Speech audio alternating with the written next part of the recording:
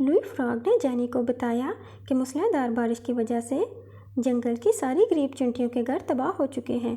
جینی نے جب یہ بات سنی تو وہ بہت پریشان ہوئی۔ وہ فوراً سے اپنے گھر سے چھاتا لے کے نکلی اور اس نے سوچا کیوں نہ میں اپنی دوست ٹینی کو بھی ساتھ لے لوں۔ وہ ٹینی کے پاس پہنچی۔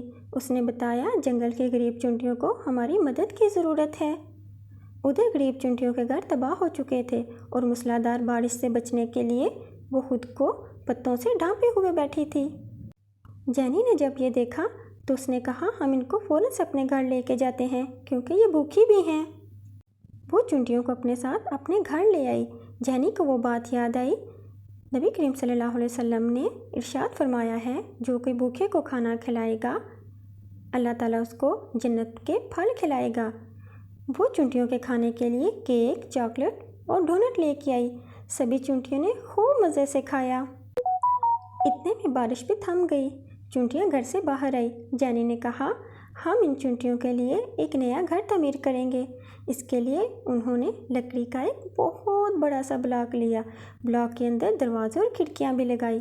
پیارے دوستو، مشکل وقت میں جب ہم دوسروں کی مدد کرتے ہیں تو اللہ تعالیٰ ہمارے مشکل وقت میں ہماری مدد کرتے ہیں۔